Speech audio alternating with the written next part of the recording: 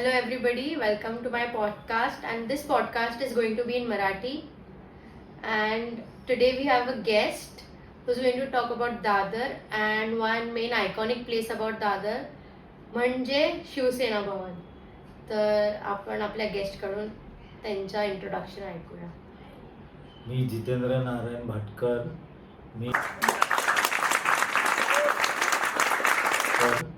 मी शिवसेनाच्या माध्यमातून समाजसेवेचं काम करतोय आणि त्याच्यासाठी मी माझ्या मुलीच्या प्रोजेक्टसाठी दादरसाठी माहिती देत आहे.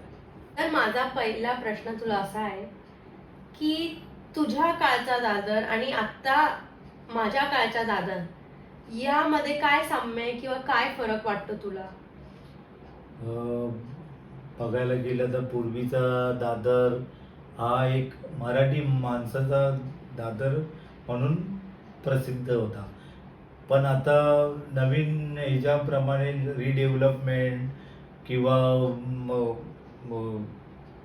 सगळ्या समाजाची माणसं इथे कामधंद्यासाठी येऊन वगैरे आणि मोठमोठे टावर झाल्या कारणाने मराठी माणूस या दादरपासून थोडा लांब गेलेला आहे आणि आता सगळ्या जाती धर्माचे इथे लोक आपल्या रोजीरोटीसाठी आलेले आहेत. हे फरक या दादरमध्ये आहे आत्ताचा. आणि आता जशी दिवाळी झाली तर तेव्हा तुम्ही कसे दिवाळी साजरे करत होते दादर आणि आता जशी आम्ही दिवाळी साजरा करतो शिवाजी पार्कला जाऊन फोटो काढून हे, तर काय फरक आहे त्याच्यात? आता तेव्हाची दिवाळी म्हणजे आम्ही सकाळी 4 वाजता उठून तेव्हाची थंडी म्हणजे एकदम कडाक्याची थंडी असायची. त्या थंडीतून आम्ही 4 वाजता असे मित्र, प्रत्येक बिल्डिंगीतले मित्र, वाडीतले मित्र असे आम्ही दिवाळी साजरी करायची. आता हे शिवाजी पार्कला ठीक आहे, हे पण चांगलंच आहे, असं काय वाईट नाही. पण थोडा वेगळा प्रकार झालेला आहे की बाबा त्या शिवाजी पार्कात जाऊन एकत्र सगळे, मग तिथे सेलिब्रिटी वगैरे सगळे एकत्र येऊन दिवाळी साजरी करतात. तर एक मेन प्रश्न जे आपला टॉपिक आहे शिवसेना भवन. शिवसेना भवन आणि दादर आयकॉनिक प्लेस का म्हटलं जातं? शिवसेना भवनला दादरमध्ये मोस्ट आयकॉनिक प्लेस. दादर हे मराठी माणसांचं एक हे मानलं जातं दादर म्हणून. आणि त्याच मराठी माणसांचं मंदिर हे शिवसेना भवन आहे. हे खूप मोठं समीकरण आहे. मराठी माणूस आणि दादर आणि शिवसेना भवन हे एक चक्र आहे मराठी माणसाचं. आणि मराठी माणसाचं हे मंदिर आहे दादर, आपला शिवसेना भवन.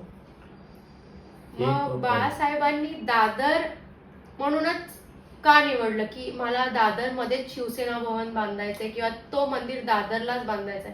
किती विविध जागा आहेत जिथे ते बांधू शकत होते, मग दादरच का? मला वाटतं 1970 साली शिवसेना भवनचं तिथे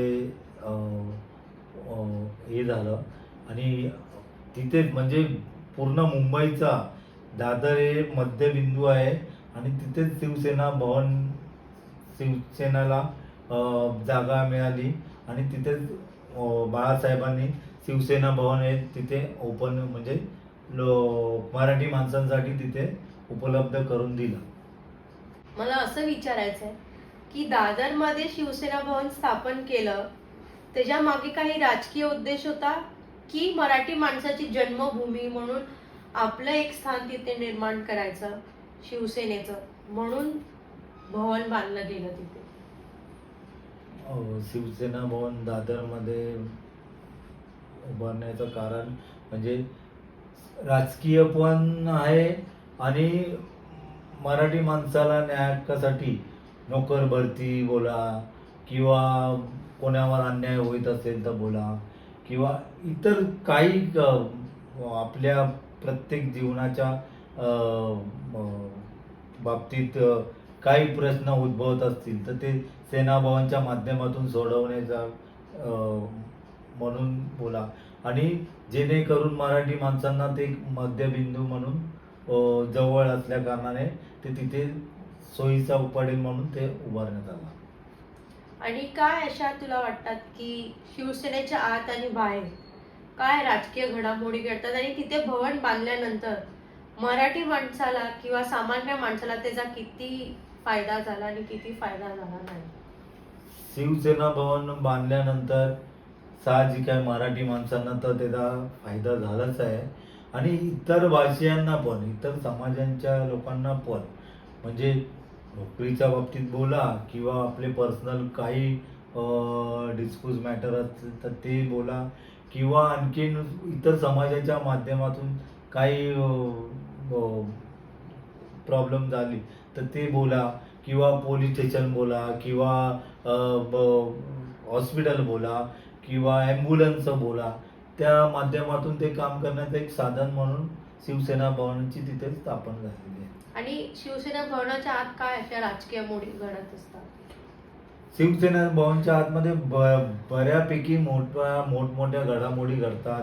तिथे शिवसेनेच्या माध्यमातून प्रत्येक शाखा वाईज मिटिंग लागल्या जातात किंवा येणाऱ्या राजकीय इलेक्शन असतील त्या संदर्भात मिटिंगी लागल्या जातात किंवा महाराष्ट्रात पूर्ण की शेतकऱ्यांना न्याय मिळण्यासाठी असतात त्याच्या मिटिंगी लागतात. ते न्याय कसं द्यायचं त्यांना किंवा नोकर भरतीचे क्लासेस तिकडनं केले जातात की आपले मराठी माणसं जास्तीत जास्त इतर आस्थापनामध्ये कसे नोकरीला लागतील तर त्याचे प्रशिक्षण म्हणून आपण सेना भवनमधनं तिथे उपलब्ध क्लासेस वगैरे केलेले आहे.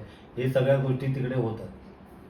दादरबद्दल बोलतोच आहे, शिवसेना भवन बद्दल बोललो, तर आता दुसरी आयकॉनिक प्लेस म्हणजे शिवाजी पार्क. तर मला असं जाणून घ्यायचं की शिवाजी पार्क, बाळासाहेब ठाकरे आणि शिवसेना या तिघांमध्ये काय असं एक नातं आहे ते तू मला सांग. या तिघांचं नातं म्हणजे 1966 साली शिवसेनेचा जन्म झाला. त्या वर्षी दसरा मेळावा शिवाजी पार्कला शिवसेना प्रमुखांनी घेण्याचं ठरवलं.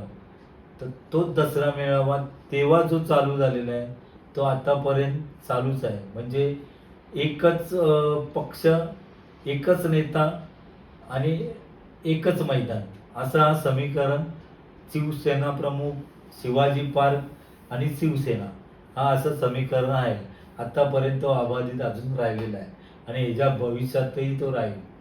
हे शिवसेना प्रमुख आणि शिवाजी पार्क आणि शिवसेनेचा समीकरण आहे हा. आणि त्या काळचं जे शिवाजी पार्क आहे ते त्याच्याबद्दल तू काय माहिती देऊ शकतोस की कसं शिवाजी व्हायचं? पार्क म्हणजे खूप मोठं हे आहे की म्हणजे तिथे क्रिकेट खेळलं जातं किंवा कबड्डी वगैरे छोटे छोटे मैदानी स्पर्धा तिथे होतात आणि सगळ्यात महत्त्वाचा म्हणजे सचिन तेंडुलकर आपला पूर्ण भारताचा क्रिकेटर म्हणजे क्रिकेटचा देव मानलेला व्यक्ती सचिन तेंडुलकर त्याच शिवाजी पार्कमध्ये तयार झाला. विनोद कांबळी त्याच शिवाजी पार्कमध्ये तयार. असे असंख्य क्रिकेटर आपण भारताला त्या शिवाजी पार्कने दिलेले आहेत आपल्याला. तर तो शिवाजी पार्क एवढा मोठा आहे की आपल्या भारतात त्या शिवाजी पार्कचं नाव आहे. आणि शिवाजी पार्कामध्ये बाळासाहेबांचं अंत्यविधी झाले त्याबद्दल काय सांगू इच्छिता? शिवाजी पार्कमध्ये बाळासाहेबांचा अंत्यविधी होण्याचं कारण म्हणजे सुरुवातीपासून 1966 पासून ते बाळासाहेब जाईपर्यंत एकही असा दसरा मेळावा नाही की शिवाजी पार्क शिवाय झालाच नाही. म्हणून मला वाटतं की त्या शिवाजी पार्कमध्ये साहेबांचा अंत्यविधी करण्यात आला आणि खूप मोठी गोष्ट आहे ती. आणि त्याचं दुसरं कारण म्हणजे जर आपण तिथे अंत्यविधी दुसऱ्या ठिकाणी कुठे केले असते तर मला वाटतं पूर्ण ती जागा अपुरी पडली असती आणि मग कुठेही दुसरी स्मशानभूमी वगैरे होऊच शकलं नसतं. म्हणून एक ते शिवाजी पार्क अंत्यविधीसाठी मला असं वाटतं ते निवडलं असेल. आणि एवढी असंख्य गर्दी त्या दिवशी असताना मग ते इतर ठिकाणी ना होऊ शकलं नसतं, म्हणून ते शिवाजी पार्क तिथे हे केलं.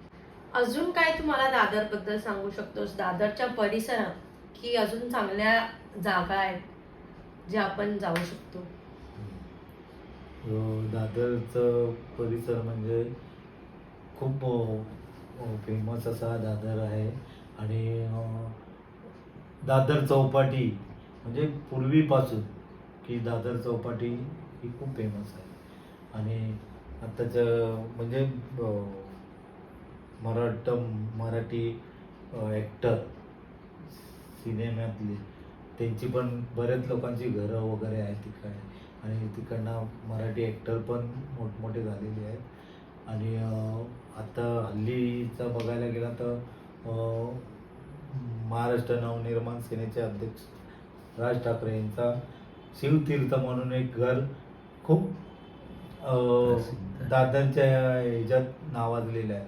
आणि लोक बरेच अख्खा दिवस तिथे बाहेरून का होईना पण बघायला जातात की हा राज ठाकरेंचं घर बघा इथे असं.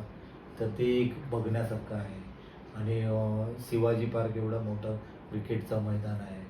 मला शिवाजी मंदिर आहे नाट्यगृह, ते एक मोठं आहे तिकडे म्हणलं. आणि प्लाझा टॉकीज, खूप जुनी प्लाझा टॉकीज, मराठी सिनेमा तिथे लागायचे, ती एक प्लाझा टॉकीज आहे. अशा बऱ्याच गोष्टी आहेत की त्याला मी एवढं सांगू पण नाही शकत आहे, पण आहेत. आणि त्याच्यासाठी दादर हा फेमस आहे पूर्ण महाराष्ट्रात. तर जसं की आपण आपल्या शेवटच्या टप्प्याकडे चाललोय, तुझं एक मला सांग की तुझ्या दादर सोबतच्या काय आठवणी आहेत ज्या तुला आता आठवतात?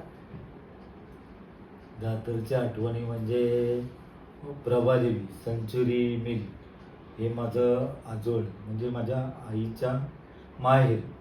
तर तिथे येणं जाणं लहानपणापासून, दिवाळीला बोला, गणपतीला बोला, तर ते एक आठवणीत आहे. आणि महत्त्वाचा म्हणजे शिवाजी पार्क. शिवाजी पार्क म्हणजे शिवसेना प्रमुखांचा दसरा मेळावा. तर तो कधी म्हणजे जेव्हापासून मला कळायला लागला तेव्हापासून कधी तो आम्ही शिवाजी पार्कला गेलो नाही असं कधीच झालेलं नाही. दसरा मेळाव्याला हे आमची आठवण आहे. तर तुम्ही माझ्या पिढीला म्हणजे आत्ताची जी आमची पिढी आहे, तू त्याला काय मार्गदर्शन देशील?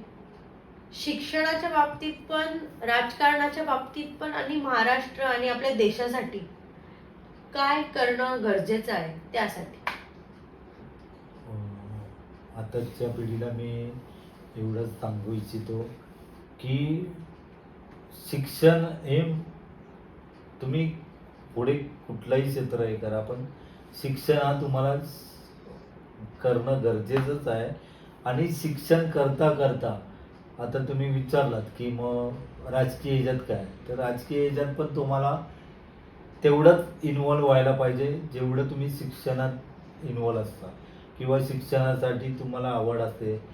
आणि राजकीय ह्याच्यात आवड का असायला पाहिजे, तर तुमच्या हातात भविष्य आहे, पूर्ण देशाचा भविष्य आहे तुमच्या हातात, महाराष्ट्राचं भविष्य आहे. तुम्ही तो महाराष्ट्राचं भविष्य उज्ज्वल करू शकता.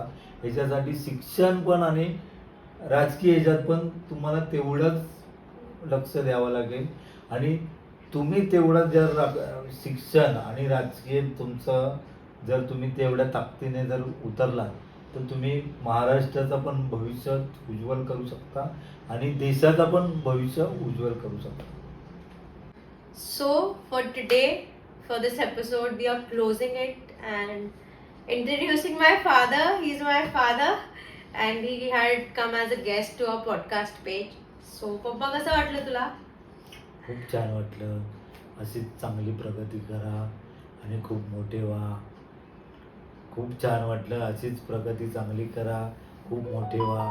आणि ज्या क्षेत्रात तुम्ही काम करताय त्या क्षेत्रात तुमचं नाव किती चांगलं होईल आणि तुम्ही आणखी किती लोकांना त्या क्षेत्रात तयार करू शकता याच्याकडे लक्ष द्या.